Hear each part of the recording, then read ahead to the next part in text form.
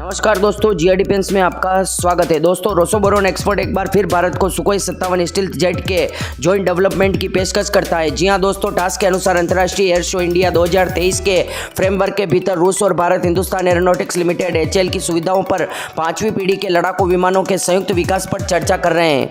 रूसी हथियार निर्यातक एजेंसी रोसोबोरोन एक्सपोर्ट के जनरल डायरेक्टर एलेक्जेंडर मिकेव ने जोर देकर कहा कि सब कुछ केवल भारत पर निर्भर करेगा, क्योंकि रूसी पक्ष 4++ और 5वीं पीढ़ी दोनों के लड़ाकू विमानों के उत्पादन के लिए एक अनुबंध समाप्त करने के लिए तैयार है। इससे पहले ही बताया गया था कि एरो इंडिया 2023 एरोस्पेस एग्जीबिशन के मौके पर यूएससी ने मिग-35 विमान के आधार पर विकसित भारतीय कंपनी एचएएल में लड़ाकू विमानों को इकट्ठा करने के लिए भारतीय पक्ष की पेशकश की।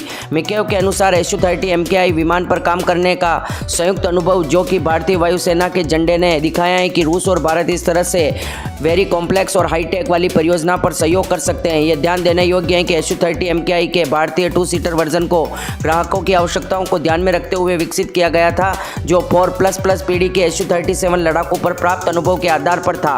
भारतीय आवश्यकताओं को पूरी तरह से पूरा करने के लिए SU-30 MKI वेरिएंट के AL-31FP थ्रस्ट वेक्टरिंग इंजन के साथ लगाया गया था, जो पहले कभी भी एक्सपोर्ट वर्जन के लिए फिट नहीं किया गया था। इसके अलावा रूस, भारत, फ्रांस और इजराइल के बीच जॉइंट सहयोग मतलब जॉइंट कोऑपरेशन में बनाए गए हवाई रडार स्टेशन S011M बार्स के बजाय पैसिव फेस एरे एंटीना और सक्रिय चरणबद्ध सरणी एंटीना मतलब एक्टिव फेस एरे एंटीना और मॉडिफाइड एवियोनिक्स इक्विपमेंट स्थापित किए गए थे।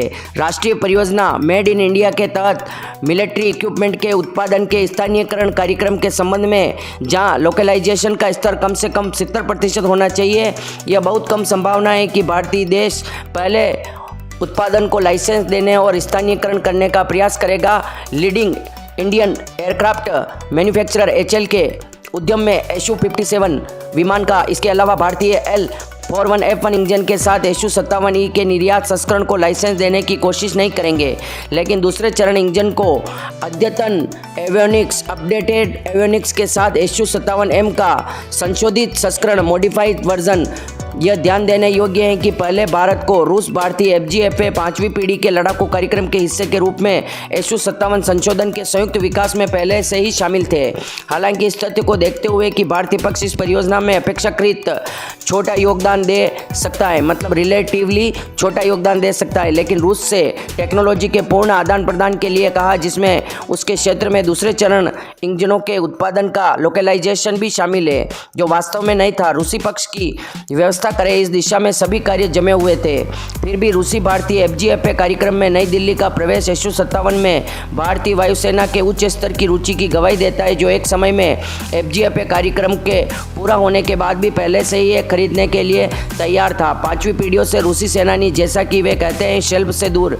अंत में यह ध्यान देने योग्य है कि कई प्रकाशनों के अनुसार यह 2 अफ्रीकी देशों से एक साथ रूसी SU-57 लड़ाकू विमान खरीदने की योजना के बारे में ज्ञात हुआ है। हम बात कर रहे हैं अल्जीरिया और मोरक्को की।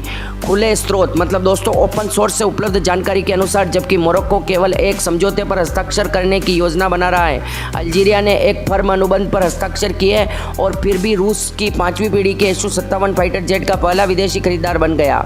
मेना डिफेंस पोर्टल के अनुसार अल्जीरिया और SU-57E के निर्यात संशोधन में 14 विमानों की डिलीवरी के लिए एक समझौते पर पहले ही हस्ताक्षर किए जा चुके हैं। अनुबंध की राशि का खुलासा नहीं किया गया है। हालांकि इस बात पर जोर दिया गया है कि इस अनुबंध पर अल्जीरिया प्रतिनिधि मंडल मतलब दोस्तों अल्जीरिया के डेलीगेशन की मैक्स 2019 की यात्रा के दौरान हस्ताक्षर किए गए थे, जिसके अनुसार अंतिम SU-57E लड़ाकू विमानों को 2025 के अंत तक अल्जीरिया में वितरित किया जाना चाहिए था। दोस्तों, रशिया ने भारत के साथ FGFA कार्यक्रम शुरू किया था और उस कार्यक्रम के दौरान भारत और रशिया मिलकर दोनों SU-57 विमान को विकास और डेवलप करना था, जिसमें दोस्तों टेक्नोलॉजी का आदान प्रदान था और ट्रांसफर ऑफ टेक्नोलॉजी के तहत दोनों पार्टी को बराबर हक था कि वो जैसे चाहे विमान को डेवलप कर सकें। पर दोस्तों टेक्नोलॉजी सारी रशिया की थी, इंजन रशिया के थे, आइडिया रशिया का था, डिज़ाइन रशिया की थी, भारत का कुछ नहीं था। इसलिए रशिया को प्राउड आ गया था और भारत को कुछ नहीं समझने लगा था। यहाँ तक कि भारत के पूछे जाने पर सही से साइंटिस्ट जवाब भी नहीं दे रहे थे और वो ये भी नहीं बता रहे थे कि किस प्रकार की डिज़ाइन है, किस प्रकार बनेगा या क्या होगा। वो भारत को बिल्कुल एक गया गुजरा समझ रहे थे कि हम भारत पर एहसान कर रहे हैं। पर जैसे ही America France, Germany, Japan, UK सारे देश भारत को छठी पीढ़ी के विमान ट्रांसफर ऑफ टेक्नोलॉजी और इंजन के साथ ट्रांसफर ऑफ टेक्नोलॉजी देने के लिए तैयार हुए। तब रशिया की आंखें खुली, मतलब उसके बापड़ खुले दोस्तों, मेवाड़ी भाषा में कहते हैं। उसकी आंखें खुली और उसको पता चला कि भारत अब वो भारत नहीं रहा है जो हमारी टेक्नोलॉजी के लिए आश्रित रहेगा।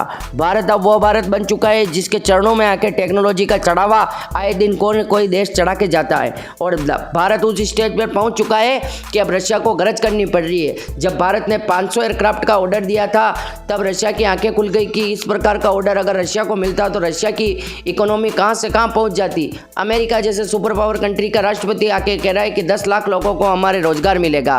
दोस्तों उसके बाद रशिया अब ये कर रहा है कि भारत के ट्रांसपोर्ट विमान में भी अपने आप को आगे पिच कर रहा है और अपने विमान को पिच कर रहा है। और जो लोकल मतलब इधर से उधर राज्यों में जो लोकल इंडिया में यूज़ होंगे उन एयरक्राफ्ट के लिए, पैसेंजर विमान के लिए भी रशिया अपने विमान को पिच कर रहा है और चाहता है कि वो डील भारत रशिया को दे दे। पर दोस्तों ये वही देश हैं जो बिना मतलब के किसी देश को घास तक नहीं डालते हैं। भारत को कोई भी टेक्नोलॉजी देने के लिए तैयार नहीं था। रशिया ने शुरू से भारत से मोटा पैसा कमाया। ये बात है कि रशिया ने भारत की मदद भी की। उस समय कोई भी देश भारत की मदद नहीं करता था, उस समय रशिया भारत की मदद करता था। ये बात सत्य है।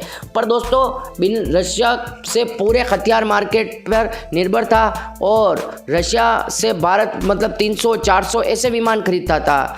तो रशिया को भारत का सपोर्ट तो करना ही था।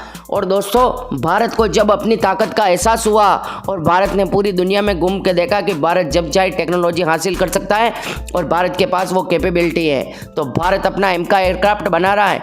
जिस एयरक्राफ्ट कार्यक्रम में दोस्तों यूके शामिल होना चाहता था, जापान ने रिक्वेस्ट की, यहाँ तक कि अमेरिका ने रिक्वेस्ट की, फ्रांस ने भी रिक्वेस्ट की। दोस्तों इतनी सुपर पावर कंट्री भारत के 5th generation fighter jet programme में शामिल होना चाहता है।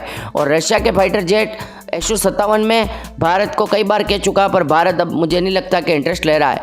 वैसे Su-57 को मॉडिफाइड किया गया है, पूरी तरह से उसको संशोधित किया गया है, बहुत उसमें चेंजेस किए गए हैं, उसको really 5th generation fighter jet बनाया गया है।